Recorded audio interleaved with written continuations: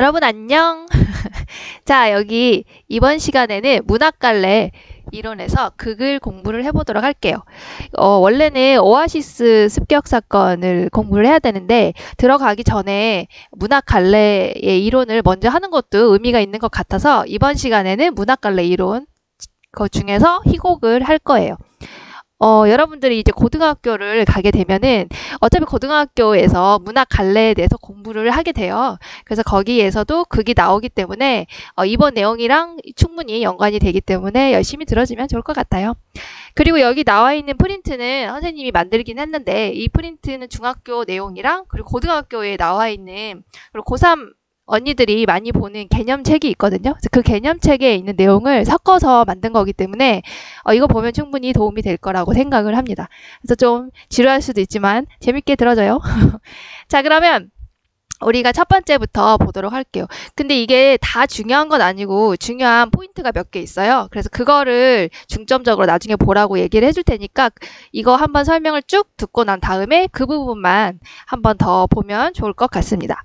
자, 그럼 우리 첫 번째 희곡의 개념부터 보도록 할게요. 자, 희곡의 개념에서 제일 중요한 것은 무엇이냐? 자, 무대에서 배우들이 말과 행동을 통해서 직접 상연할 것을 전제로 한 연극의 대본이라는 거예요. 그래서 여기서 중요한 거는 말과 행동을 통해서 한다. 그래서 이거를 조금 우리가 유식하게 바로 뭐라고 하냐? 보여주기다 라고 얘기를 해요. 자, 보여주기의 방법을 사용을 하더라. 그리고 이게 연극의 대본이다. 희곡. 네, 아시겠죠? 자, 이것만 보시면 됩니다. 그러면 그 밑에 2번 희곡의 특성에 대해서 보도록 할게요. 희곡의 특성은 이 부분은 좀 잘 나와요. 이 부분은 좀 보시면 좋을 것 같아요. 그래서 여기 이 페이지에서 첫 번째 페이지에서 좀 중요한 부분은 이 희곡의 특성에 관련된 부분입니다. 그래서 첫 번째 보시면 허구의 문학이라고 했죠. 그래서 희곡은 뻥이에요, 여러분. 그죠? 이거 진짜가 아니에요. 그래서 소설과 마찬가지로, 소설도 뻥이잖아요. 소설과 마찬가지로 작가의 상상에 의해서 꾸며진 글이다. 그래서 이거를 우리가 좀 유식하게 허구다. 이렇게 이야기를 하죠. 자, 두 번째, 무대 상연의 문학이다. 이거 너무 당연한 거 아닙니까? 왜냐면 희곡은 당연히 연극의 대본이기 때문에. 그렇죠? 그래서 무대라는 공간 안에서 상연할 것을 전제로 하고 있다. 근데 이거는 너무나 당연한 얘기고, 이제 여러분들이 아셔야 될 건 뭐냐면, 이제 한정된 공간인 무대에서 사건이 진행되기 때문에, 자, 이 부분이 중요한 거예요. 자, 시간과 공간에 그리고 등장인물의 수에 제한을 받는다. 자, 등장인물의 수에 제한이 있다. 그래서 우리가 예를 들어서 영화 같은 거 보잖아요. 영화 같은 거 보면은 전쟁 장면 보면은 100만 대군이 쳐들어왔다 뭐 이런 거 있죠. 자, 100만 대군이 쳐들어왔는데 영화에서는 와 하고 다 나오는데 희곡에서는 연극인데 100만 대군 나올 수 있어요? 나올 수 없죠. 그래서 이게 바로 무대에서 나타나는 특성 때문에 시간과 공간의 등장인물의 제한을 받는구나. 이 부분이 중요한 겁니다. 그래서 그렇게 이해를 하시면 될 것 같아요. 자, 그 다음에 세 번째는 대사와 행동의 문학이에요. 그래서 등장인물의 대사와 행동을 통해서 사건이 전개가 된다. 그렇죠. 우리가 직접 무대에서 그 대사하고 그리고 행동하는 모습을 보고 우리가 연극을 즐기기 때문에 너무나 당연해. 자, 따라서 자, 이 부분 보세요. 작가의 직접적인 묘사나 해설이 개입이 될 수가 없다. 그렇죠. 이거는 소설에서 나오는 거잖아. 작가가 직접 이야기를 해주거나 해설을 하거나 이거는 소설 같은 장르에서 보여주는 거잖아요. 그리고 등장인물의 내면 심리나 정신세계를 표현하기가 어렵다. 자, 이것도 역시 소설에서 보면 내면 심리나 막 이렇게 나오죠. 그리고 정신세계 이런 것들을 작가가 직접 설명을 해주지는 않는다. 아시겠죠? 그래서 희곡에서는 아까 1번에서 개념을 보시면 무대에서 배우들이 말과 행동을 통해서 보여준다. 그래서 뭐 누가 없다. 소설이나 이런 거와 다르게 서술자가 없다는 것이 특징이에요. 그래서 말해주는 사람이 없다. 아시겠죠? 그래서 이 부분까지가 여기 대사와 행동에서 등장인물의 대사와 행동을 통해 사건이 전개된다. 여기까지가 중학교 내용이고요. 따라서 여기서부터는 고등학교 개념에 나와 있는 거예요. 그래서 이런 것들을 표현하기가 어렵다까지 알아두면 좋겠죠? 자, 그 다음에 거기 밑에 볼게요. 밑에 자 갈등과 대립의 문학이다.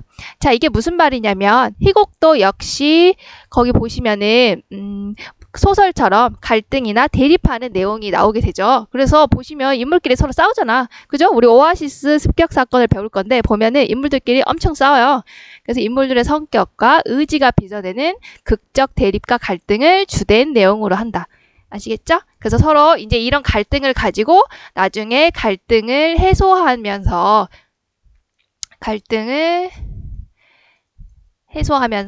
우리가 내용이 전개가 되게 되는 거죠.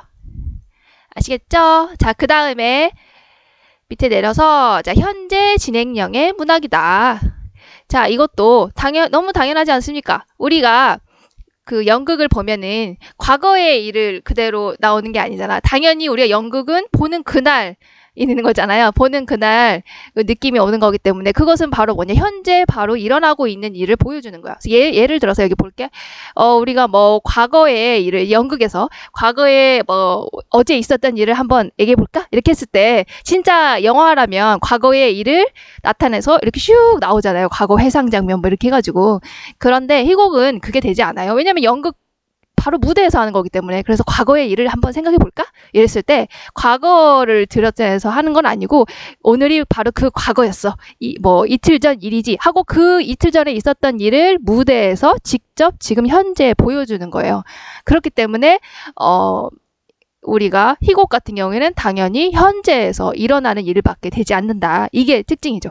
그래서 희곡은 여기 설명을 보시면 무대 위에서 직접적으로 인생을 표현하는 문학이다. 따라서 모든 이야기가 중요한 포인트 현재화돼서 표현한다. 그래서 모든 것들은 다 현재화돼서 표현이 된다라는 거예요. 그래서 이 희곡의 특성은 정말 중요하기 때문에 잘 알아두시면 좋을 것 같아요. 허구고 무대에서 일어났고 무대에서 일어나기 때문에 당연히 제한을 받는다.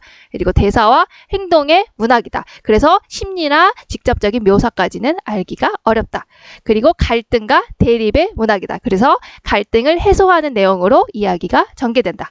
그리고 현재 진행형의 문학이다. 그래서 모든 이야기가 전부 다 현재로 초점이 맞춰져서 이루어진다. 여기까지가 제일 중요한 이야기였어요. 이 1페이지에서. 자, 그리고 밑에 희곡의 종류. 이거는 그냥 보시면 돼요. 이거는 뭐 그렇게 물어보지도 않고 별로 그렇게 중요하진 않지만 그래도 이제 알아두긴 해야 되니까 기본이니까. 근데 이거는 여러분 보시면 알겠지만 너무나 쉬운 얘기예요. 볼래요? 자, 희곡의 종류, 내용에 따라서 이게 당연한 거 아닙니까? 희극, 뭐겠니? 당연히 웃긴 거겠죠. 웃긴 거를 가지고 극을 만든 거. 자, 비극, 뭐겠니? 슬픈 거겠지. 그래서 슬픈 거, 비참함을 가지고 만든 거. 희비극, 뭐겠니? 즐거운 거 있고 슬픈 거 있지? 그래서 즐거운 거, 슬픈 거를 가지고 만든 내용. 이거는 뭐 그냥 읽어보시면 돼요. 길이에 따라. 이것도 그냥 여러분들 단막극 우리가 뭐 쉽게 하는 거, 우리 소설 같은 경우는 단편 소설이죠. 뭐 그런 거야. 단편 소설 어때? 길어, 짧아? 짧지? 그렇게 생각하시면 돼요. 단편 소설처럼 우리가 단막극도 짧아. 근데 단막극은 하나의 막으로만 이루어져 있다. 그래서 짧다. 그래서 명료하고 단일하다. 자, 장막극은 소설처럼 우리 생각하면 장편 소설 있죠? 장편 소설 생각하시면 돼요. 그래서 2막 이상으로 이루어져 있다. 그래서 이거는 소설로 따지면 장편 소설 이라고 생각을 하시면 돼요. 그래서 이건 길기 때문에 막의 변화에 따라서 무대 장치와 공간이 바뀌면서 복잡한 갈등의 흐름을 제시하더라. 이거는 그렇게 중요한 내용은 아니고요. 그냥 한번 읽어보시면 누구나 다 이해할 수 있는 내용이에요. 그래서 아까 중요했던 거는 역시나 2번의 내용이니까 이 부분을 잘 보시면 좋을 것 같습니다. 아시겠죠? 자, 그러면 우리가 두 번째 페이지로 넘어가도록 할게요. 자, 두 번째 페이지를 보시면 엄청 많죠. 엄청 많은데 이 부분은 좀 중요해요. 그래서 했습니다. 자, 그러면 이번 페이지를 한번 볼게요. 자, 이번 페이지에선 중요한 게 뭐냐? 바로 이 4번이랑 5번 다 중요해요. 여기서는. 그래서 4번, 5번 잘 보시면 좋을 것 같습니다. 자, 희곡은 어떤 구성 단계를 보이느냐? 자, 우리가 소설의 구성 단계는 배웠었죠. 소설의 구성 단계. 기억나니? 안 나냐? 자, 봐봐. 내가 그래 써놨어.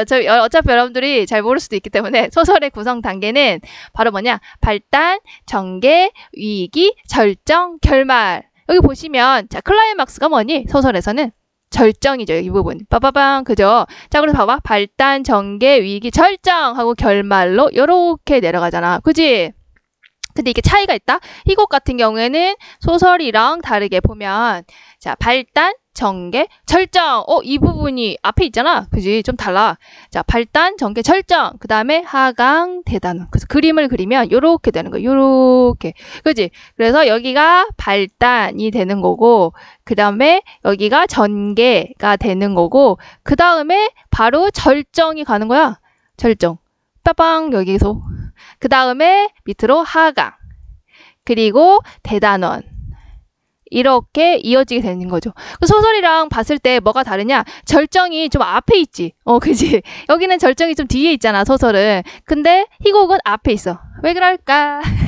왜 그러냐? 우리 희곡은 아까 뭐의 대본이라 그러니? 연극의 대본이라고 했었죠.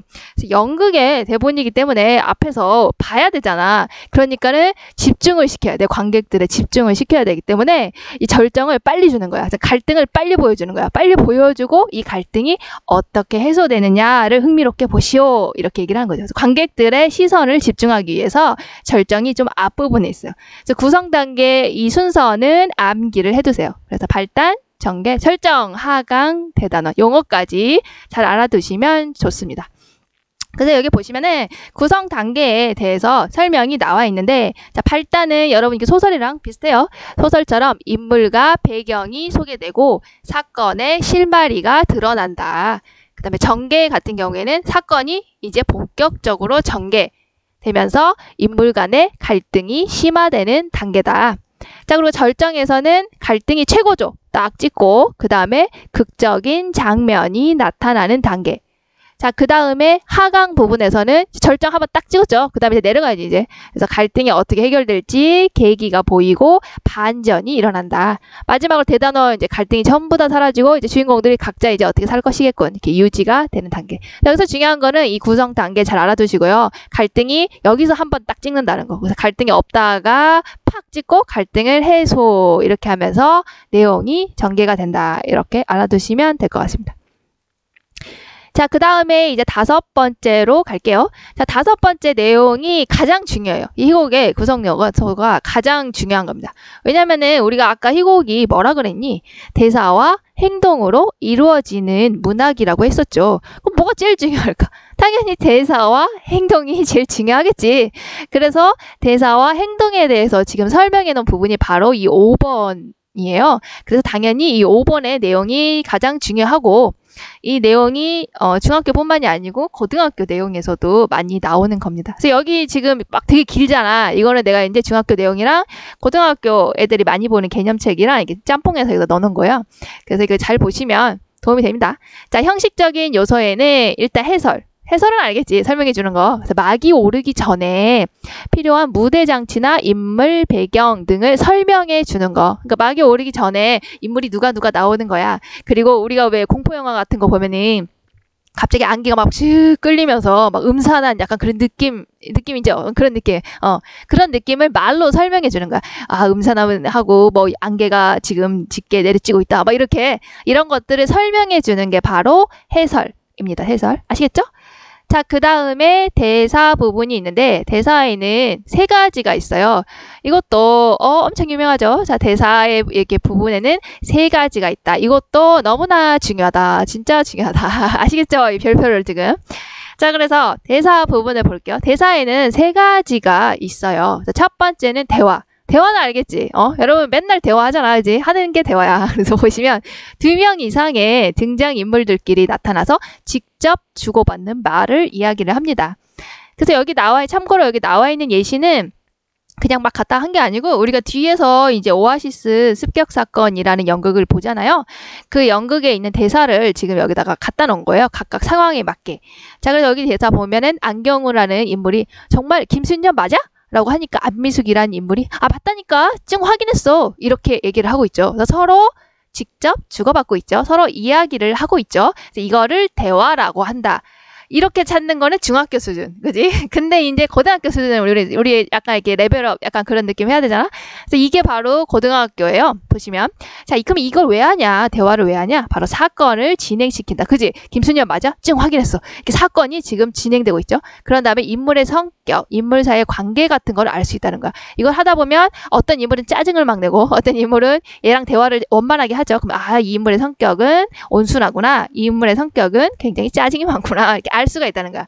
그 인물 사이의 관계도 알 수가 있어요. 자, 서로 이렇게 맞아? 확인했어. 이랬으니까 안경우란 인물과 안미숙이란 인물은 서로 협조하는 관계구나. 이런 식으로 우리가 알 수가 있다는 거죠.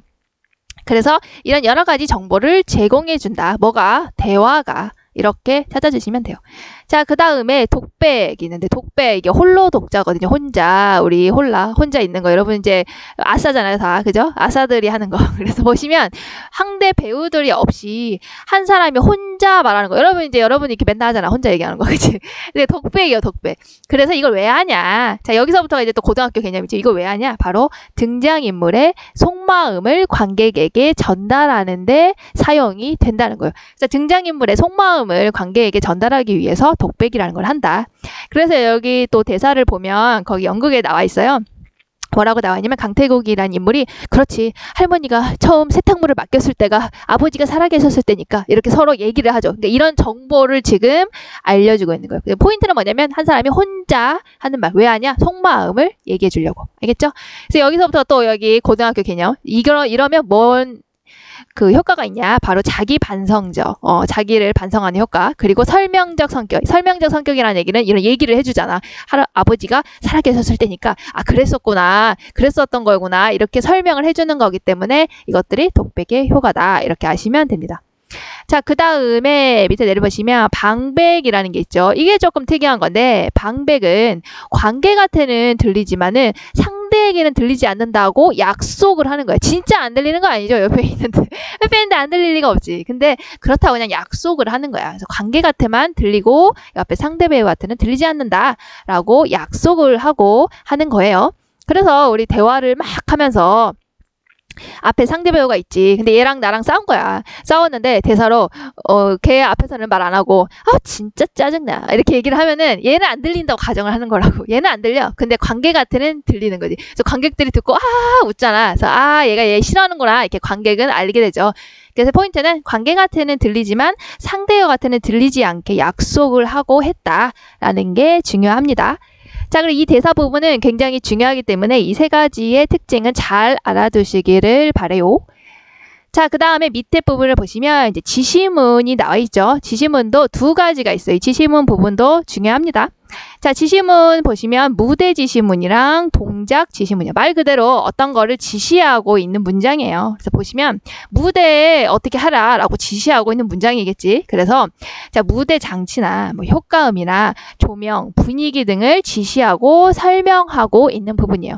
그래서 우리 보시면은 여기 예시에 거기 나와 있어요. 암전. 갑자기 불이 확 꺼졌다가 그리고 불이 무대가 확 밝아지면 어두운 무대가 딱 나오고 그런 다음에 다림질 때를 밝히는 백열전구 아래 강태국이라는 인물이 나와서 러닝 셔츠 차림으로 야한데 그죠? 김을 뿜어대며 다림질을 하고 있다라는 상황이 설명되고 있어. 그치?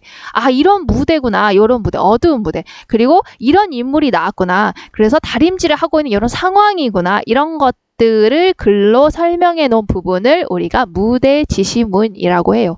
아시겠죠? 자, 그러면 동작 지시문은 뭐겠냐? 우리가 아까 대화 있었죠? 대화나 독백, 방백 이런 대사를 칠 때 앞에 이렇게 괄호치고 나와 있는 부분이 있어요. 이것을 동작 지시문이라고 해요. 그래서 이거 왜 하냐? 등장인물의 표정이나 행동, 심리, 말투 등을 지시하고 설명하는 거예요. 그래서 저리 비켜요! 라고 얘기를 하지만은 그 앞에 안경호를 밀치고 나와. 이렇게 안경호를 밀치는 행동을 하는 것. 이렇게 보여주는 거. 그리고 여보 뭐지? 했을 때 앞에 가로치고 당황하며 이렇게 있잖아. 그러니까 여보 뭐지? 이렇게. 그래서 이런 심리를 이야기를 해준다는 거. 아시겠죠? 그래서 동작 지시문은 앞에 대사 앞에 이렇게 괄호를 치고 설명이 나와 있습니다.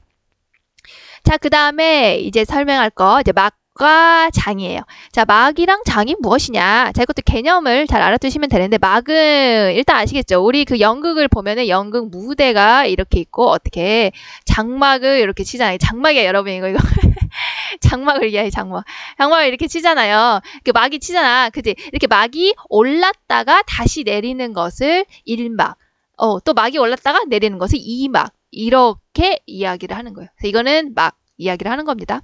자, 그 다음에 장을 얘기를 하는데, 자, 장은 무엇이냐? 희곡의 기본 단위고, 이것은 무대 장면이 변하지 않은 상태에서 이루어지는 사건의 한 토막. 그러니까 아까 막 같은 경우에는 장막이 올라갔다가 내려갔다. 이럴 때 1막으로 치는데, 장 같은 경우에는 막이 올라갔다 내려갔다 하진 않았어. 이 무대는 그대로 있어. 근데 갑자기 조명이 꺼졌다가 무대 바뀌고 조명이 딱 켜지고 이런 순간이죠. 이것을 장이라고 이야기를 해요. 그래서 조명으로 생각하시면 이해가 잘 될 거예요. 그래서 그냥 무대가 있는데 무대 조명이 갑자기 꺼졌다가 딱 세팅 맞추고 갑자기 무대 조명이 확 켜지는 요 순간을 장, 1장 이렇게 보시면 됩니다. 아시겠죠? 여기까지가 가장 중요한 얘기였고, 밑에 이제 내용적인 요소는 당연히 소설이랑 비슷하겠죠. 스토리가 있는 거잖아. 스토리가 있다는 거는 바로 뭐가 다 있는 거냐? 인물, 사건, 배경이 있다는 거죠. 그래서 인물, 사건, 배경이 있다. 왜? 이거는 스토리를 담고 있기 때문에 이렇게 이해를 하시면 됩니다. 그래서 이번 2페이지에서 가장 중요했던 거는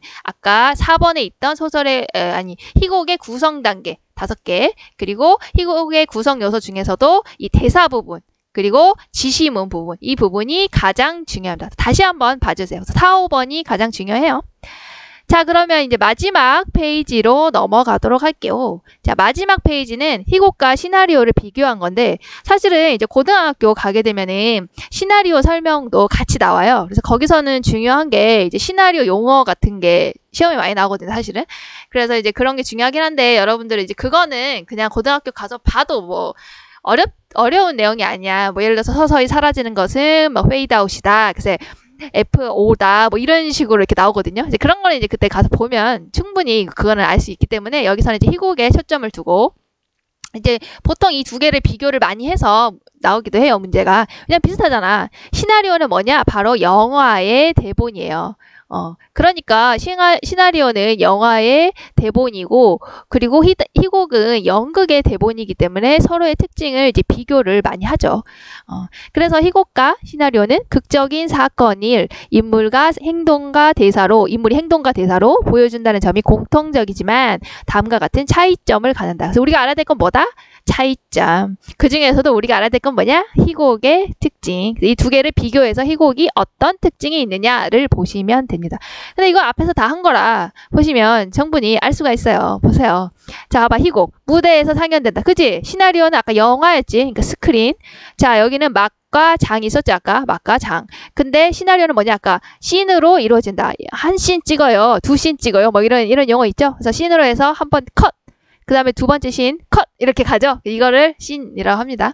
이제 그 두 개의 차이. 그 다음에 희곡은 무대에서 직접 아까 했죠? 그래서 시간과 공간의 제약이 있다. 이 부분이 포인트라는 거야. 무대에 직접 하기 때문에 시간과 공간의 제약이 있어. 근데 시나리오는 어때? 공간의 제약이 없죠. 영화에서는 뭐 과거 해상도 되고 100년 후에 그것도 나오고 뭐 천만대군도 나올 수 있고 그렇죠? 그래서 희곡 같은 경우에는 수의 제한이 있다. 시나리오는 제한이 없다. 그리고 희곡 같은 경우에는 배우가 앞에서 직접 연기를 하기 때문에 지속적으로 한번 우는 씬 나오면 계속 울어야 돼. 근데 시나리오는 그렇지 않죠. 편집을 하기 때문에 자, 이번 우는 씬 들어갑니다. 운 다음에 컷! 하면 이제 이제 됐다. 눈물 닦고 이러죠. 그러니까 순간적이다. 자, 그리고 희곡 같은 경우에는 굉장히 순간적인 예술로 상연이 끝남과 동시에 소멸. 그죠? 그날 봤던 연극은 그날만 볼 수 있는 거야. 그죠? 근데 시나리오는 어때? 한번 찍어서 우리가 영화 필름으로 보존을 하게 되면은 오랫동안 유지를 할 수가 있죠. 그래서 그런 차이점이 있다. 자, 이렇게 아시면 돼요. 그래서 여기서는 차이점을 통해서 희곡의 특성을 보시면 됩니다. 자, 이제 오늘은 이번 시간에는 희곡에 대해서 공부를 했어요. 이건 장르에 대해서 공부를 한 건데 사실은 굉장히 중요한 내용이어서 이렇게 공부를 했는데 여러분들 나중에 프린트 한번 보시고 선생님이 체크한 부분이 있죠? 2번 부분이라든가 4번, 5번 이 부분을 한 번 더 보시면 도움이 많이 될 겁니다. 그러면 다음 시간에 봐요.